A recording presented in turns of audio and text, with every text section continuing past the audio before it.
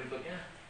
Oke Pak, pertanyaan saya itu mencangkup tentang pemerintahan yang menurut saya itu aneh gitu Pak. Karena pemerintah melarang pungli, tetapi pungli itu dilaksanakan juga oleh pemerintah.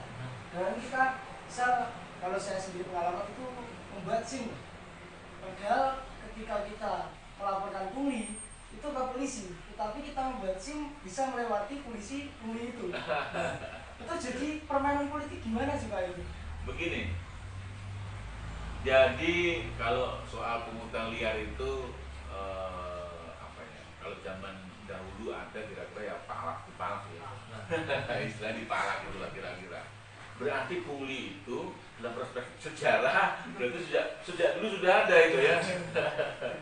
Nah, jadi begini, saya tidak tahu persis apakah di kepolisian itu ada pungli terhadap warga negara yang akan menginginkan SIM ya.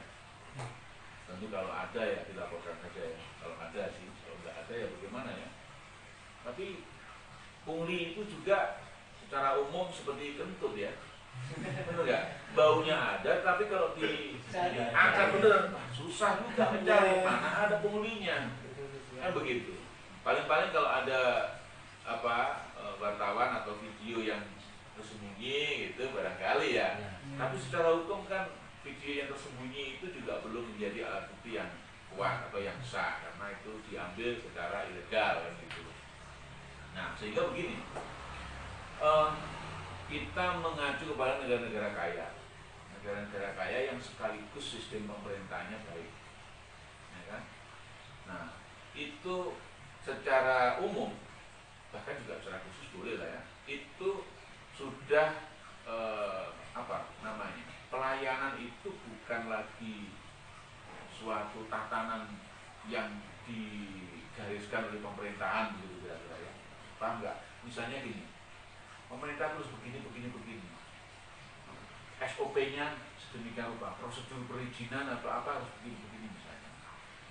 Di negeri-negeri yang maju sekaligus pelayanan yang baik itu, di samping hal itu tertulis atau tertata rapi, yang lebih penting lagi apa? Dasar dari pelayanan itu apa? Hak. Nah itu. Jadi bukan lagi, kalau hak itu kan bagaimana sih? Seperti KTP lah. Ya, seperti KTP yang sederhana KTP. Sekarang ini KTP cari mudah, kemudian apalagi anak atau bayi sudah punya nomor induk itu ya. Jadi dasarnya harus dari hak. Maka kemajuan penghormatan terhadap hak asasi manusia di sebuah negeri itu harus baik juga. Kalau penghormatan dan penghargaan hak asasi manusia di negeri itu tidak baik, maka jangan harap pungli hilang. Karena ini dasar itu yaitu penghormatan. Iya. Negara itu kan ada pemerintah, ada rakyat, ada wilayah, ada pengakuan dari internasional. Oke, yang wilayah sama pengakuan internasional sudah nggak usah diperdebatkan, ya kan? Sekarang ada rakyat, ada pemerintah. Bagaimana ini pemerintah tidak pungli terhadap rakyatnya? Dasarnya adalah pemerintah wajib lebih dulu sebelum melayani itu lebih dulu bahwa penghormatan terhadap hak asasi manusia. Kalau dasarnya hak, pemerintah itu menyadari dan penghormatannya, penghargaan terhadap rakyatnya tadi adalah hak asasi manusia, pelayanannya masih secara otomatis akan menjadi baik, setidak-tidaknya didukung oleh aparatur yang juga baik. Prosedur mungkin boleh tidak baik, prosedur ya, harus begini, mulai dari pintu sana, pintu ke sini, seterusnya. Mungkin saja itu ribet atau rumit, mungkin nggak enak begini caranya misalnya. Tetapi kalau personelnya atau aparaturnya baik, hasilnya pasti baik. Nah, maka itulah yang dibutuhkan aparatur atau pemerintah itu lebih mengutamakan bahwa ini adalah hak asasi manusia. Pungutan liar berasal dari kesadaran terhadap hak asasi manusia. Yang dipungut nggak sadar juga. Nah, maka iya kan, kalau kalau masyarakatnya yang dipungut sadar bahwa itu adalah pelanggaran atau bisa jadi pelecehan terhadap hak asasi manusia, ya tentu dia pasti menolak untuk memberikan pungutan yang liar tadi. Nah, masyarakat kita siap apa tidak? Pemerintah kita sudah kita koreksi tadi. Nah, sekarang rakyatnya ini sendiri bagaimana nih? Kuat atau mampu enggak? Jawabannya bisa mampu. Bisa, Iya kan? iya. Kalau gini Pak, kan ya betul kata Bapak tadi soal prosedurnya. Dulu memang prosedur itu mudah gitu Pak, tapi ada yang ingin cepat dengan cara ya seperti itu Pintas, jalan pintas. Tapi kemudian kenapa kok dipersulit? Jadi kan orang lebih banyak yang melewati jalan pintas gitu.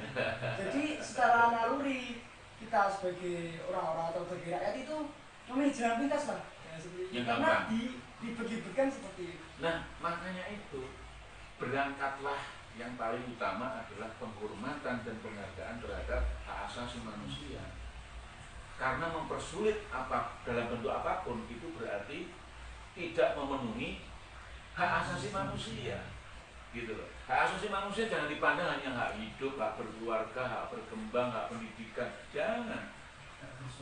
Ya, misalnya hak bersuara, hak politik segala macam, jangan hanya dipandang hanya seperti itu. Kalau hak asasi manusia itu kalau sudah maju, maka pelayanan pemerintahan terhadap rakyat dan itu juga merupakan hak asasi manusia. Bukan sekedar bahwa itu adalah tata kelola pemerintah, bukan sekedar itu kewajiban pemerintah, begitu saja misalnya tidak.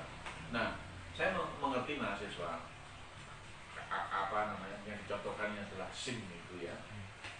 Yang memberatkan itu kan kenapa SIM itu ujiannya sesulit itu. Nah, saya kalau itu menyaksikan sendiri. Satu menyaksikan sendiri, kemudian kebetulan sih saya mengantarkan keponakan saya, mengantarkan sekaligus beliau. Kalau nggak salah sampai 3 kali. Tesnya gagal di praktek. Saya penasaran, jangan-jangan yang salah adalah apa? Lahan atau situasi atau alat-alat yang dijadikan alat uji praktek mengendarai sepeda motor. Jangan begitu, saya penasaran. Saya coba sendiri naik motor, tapi mencoba dalam konteks tidak mencari SIM. Saya kan sudah punya SIM. Loh, saya juga nyenggol alat-alat itu nggak bisa. Saya langsung protes. Kalau sedemikian rupa, ya, ini Rossi saja nggak mungkin bisa lolos. Iya, bagaimana nih jarak sedemikian rupa harus begininya itu, macam-macam lah ya itu. Kalau demikian caranya, ya. Kalau demikian caranya, medan dari ujian praktek seperti itu SIM, ya nggak bakalan lah 100 orang mau lulus mayoritas.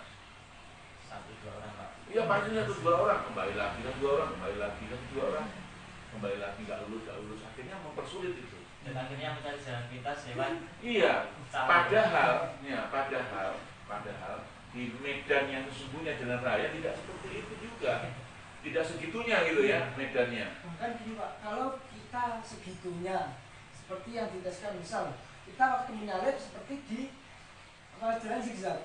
Jalan zigzag itu kalau di lintasan kita di jalan raya pasti kita bisa kena pukul orang, bisa dimarahi orang, bahkan bisa di apa-apain sama orang gitu. Iya, kenapa harus zigzag kan gitu? Ya, itu.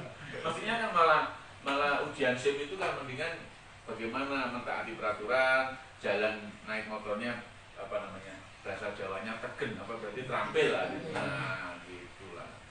Baik, kita wawasan Nusantara sampai pada urusan SIM, tetapi ingat, ini perlu kita koreksi. Pelayanan SIM, pelayanan administrasi lainnya yang terkait dengan pelayanan pemerintah terhadap rakyatnya harus berangkat dari hak asasi manusia. Itu kuncinya.